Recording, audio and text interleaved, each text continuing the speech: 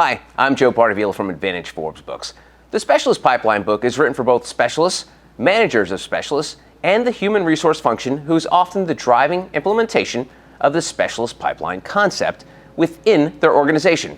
In this interview, I've invited Kent Jonassen, author of the Specialist Pipeline book and CEO of Leadership Pipeline Institute, to put some more words on how this book can support team leaders who have specialists reporting directly to them and CTOs or CIOs leading major specialist organizations. Hey, Kent, welcome back to the show. Thank you. It's good to be back. So I want to talk about managers. Previously, you've said that this book is highly relevant to managers of these specialists. Why? Yeah, there's certainly a target group for this book. Now, the thing is that all the specialists in companies, eventually they do report to a people manager. Whether it's a frontline manager, a middle manager, or whoever it is, they report into a manager.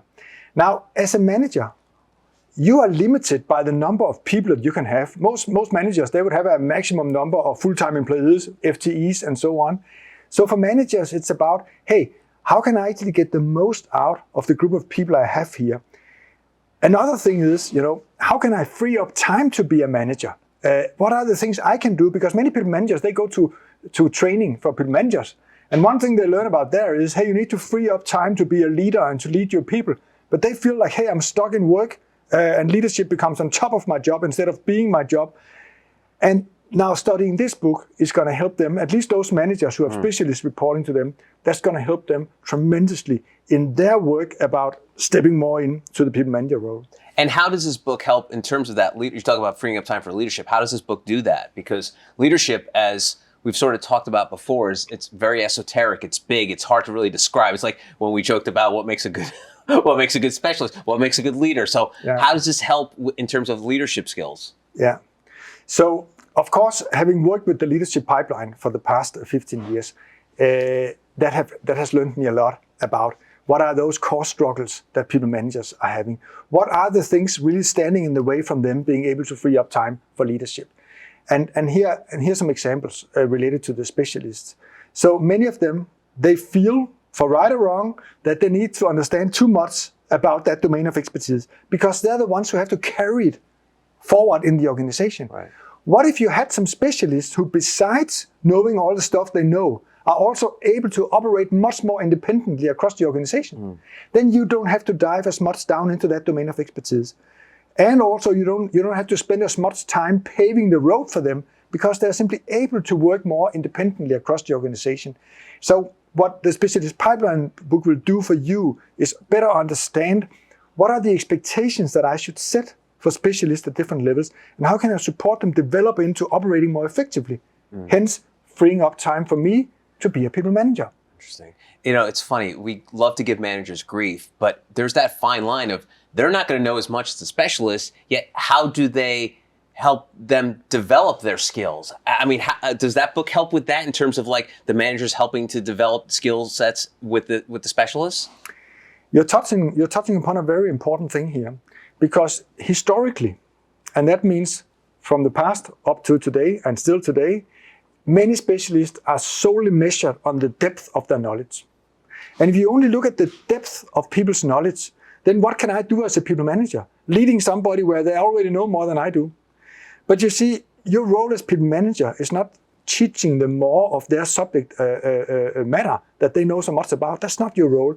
Your role is to develop them on how to operate effectively with that. Simple example, you have a small team, 5 recruiters sitting here, then there's a people manager. One of these recruiters, they have been in a role now as a knowledge expert, meaning that they know more about the recruitment processes, recruitment tools, and so on than the other 4. The other 4 are supposed to ask this person rather than the people manager for advice in everyday life. But your role as a people manager now is actually not to teach this person over here much more about the recruitment process. They should figure out how to get to know that even better and work with colleagues across the company. Your role is to support this person. So, how do you coach people? How do you give feedback to people out here? How do you make sure that these 4 people come to you and ask for help when they should? So it's much more, for me as a people manager, it's about how do I enable my specialists to work effectively in the organization. Not to know more, but how to use that knowledge to create results. how to use the knowledge, not to develop the knowledge. That's not my role. My role is to support them on how to use their knowledge. It's, a great example of this would be a sports manager. Some of these managers are coaching the greatest athletes on the planet. They will never be as good as that player ever was or ever has been, yet they've got to manage them in a certain way for them to succeed. Is that a pretty good analogy there? But it is. Actually, we often talk about something we call the player-coach fallacy. Yeah. In sports, they learned 30 years ago, you cannot have the manager, even if the manager was a better player than some of the players in the field, you cannot have the manager running around in the fields. It doesn't work because the manager cannot see what's going on then. They have to stand out on the side. But in business, we have not learned that yet. The manager still wants to play around in here instead of standing out here and then make sure that the other people are playing well. So this is what we call the player-coach fallacy in business. So to your point there, that's exactly the point. The manager also have to come to terms with it's not about you knowing more than the people reporting to you. It's about you enabling the people reporting to you to use their knowledge effectively in everyday life. Yeah, it's funny because I guess the coach is really there and the manager is really just as a support system. Like at the end of the day, it's supporting that person, but you've got to have some tangible working knowledge, but not so much as the person. It's just like the athlete. Like you're just not going to have as much talent, especially later on in life. No. So it's tricky. How do you think, and maybe this is something in the book or maybe something you've learned anecdotally, how do they separate that? Because they may have some experience, but they don't have the experience right now. They're not experiencing right now as a manager. How do they separate that? Yeah, but that's a big deal.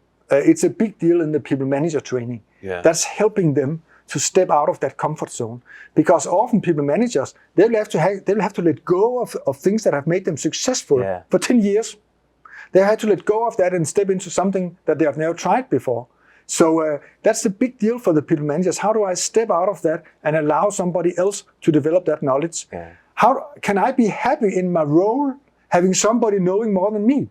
Can I still feel that I create value? Yeah. And that's the trick for people managers. And when we work with the leadership pipeline for the people managers, that's the fundamental thing. What do you need to value to be successful as a people manager?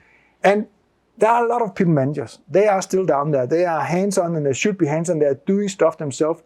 But the trick is, as a people manager, also when you work with specialists, feel comfortable that somebody knows more than you. Because if you don't, then you're going to hold back the entire organization. And that now we're back to, why is this book important for people managers? That's helping them also come to terms with this. Be happy that you have this specialist being able to do that, having this depth of knowledge, and then just help them on how to use it. You still have a crucial role as a people manager. Don't worry, it's just a different role. Interesting. Yeah, it almost requires a lot of self-awareness. Like you've got to know about yourself, but you've got to know that there's other people's feelings and emotions and also skills. They have to play a big part of it as well. It is. I mean, fundamentally, as a people manager, when you come home from work, what makes you feel this was a great day on the job? Is it that you were sitting in a meeting with your team and you could answer all the questions? And by the way, you could also ask questions they could not answer. And it was pretty clear to you, I know more than they do. Is that what makes you feel, wow, now I know I'm the manager? Yeah. Or is it actually when you realize one day that one or two of my specialists, they have gotten something done out in the organization and I was not even part of it. I didn't have to spend 1 minute on it. They just got it done. Is that what makes me feel I'm a good manager? Can I translate that performance into me feeling now I'm performing too? Yeah. That's a big deal for the people managers. But again, the Specialist Pipeline book will help them understand what is the role of the specialist, and then maybe, hopefully, make them feel more comfortable. You're supposed to allow them to take that role and enable them to take that role. Don't take their role. They have the role. You have a different role. And let's talk about one of these managers, the CTO, Chief Technical Officer. How would this book help that person? Maybe if they're the only person who reads the book. But again, we don't want this to be a one-person book. We want everyone to read this. But talk to me how this book will help a CTO. Yeah, I think that the point would really be you don't need to take this concept, Specialist Pipeline concept, and then paint it all over the company for it to work. One functional manager, in this case now you ask for the CTO, Chief Technical Officer. The Chief Technical Officer could take this book and say, hey, within my function, I'm going to use this concept. And they can do that.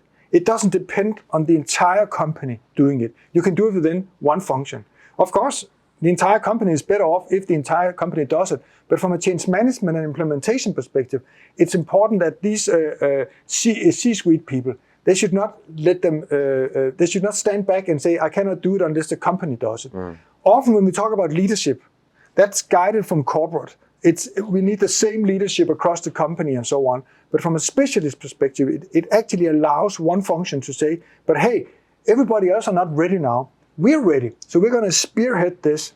So that's where the CTO can say, but come on, I have 272 people in my organization. Half of them are specialists. Many other functions, they may only have 15% of their population who are specialists. So they depend more on specialists. So it's an obvious place for them to get started. So it's going to help them because they can do it now together maybe with the HR business partner and whoever, the management team. And for people managers, lastly, how can one become a better people manager? Outside of, obviously buying the specialist pipeline book, I think would be a good first step. But what do you think, how do you think people become better at managing people? Is it just something you have to do? Or is there something you can do, whether it's reading, taking a class? How do you think people can be better managers, do you think? Yeah, well, I would say if we put it into the context of specialist, being a better people manager for specialists, what is it I can do there, no matter everything else being equal? The first thing that's important is when you look at your specialist, make sure that the business objectives actually mirror what you want to get out of that job. We have so often been out analyzing companies and we say, hey, just send us the business objectives for these 20 specialists and then we look at it. And then it's all business objectives set on a very low level. But we say, but this is not a knowledge leader or knowledge principle because then you need to set business objectives on a much higher level. And I'll give you a simple example here. So if you have a specialist within safety, if it's a knowledge expert, okay, a business objective could be you have to create an e-learning that can reach out to the entire population of the company and secure that everybody gets aware about our safety culture. But if you get to knowledge leader level, it's not just about creating e-learning. No, it's about you have to create whatever learning you create. And by the way, within 2 years or 1 year, 95% of all our employees must have completed it and passed the test with 85% correct answers. Now you hold them accountable for the results. And if you take a knowledge principle in safety area, you would say to her, look, we have a lost time accident right now of X. That needs to be X minus 1 year from now. So you need to decrease our lost time accidents with a certain percentage. That's an overall organizational target. So the one thing that people managers can do is simply making sure they set business objectives at the right level. The other part related to that is use this book to create structured development plans. Look at each of your specialists as a business case. How can I help this person deliver even better results in their role as a business case? Because then you'll find the time to do it when you look at this from a business case perspective. So setting objectives, business objectives at the right level and create structured development plans for these specialists. That's when you're really helping yourself as a people manager. And you can do that independent of the rest of the company. He is Kent Jonassen. He is the author of the Specialist Pipeline book. Kent, thank you very much. Good to be here. Thank you.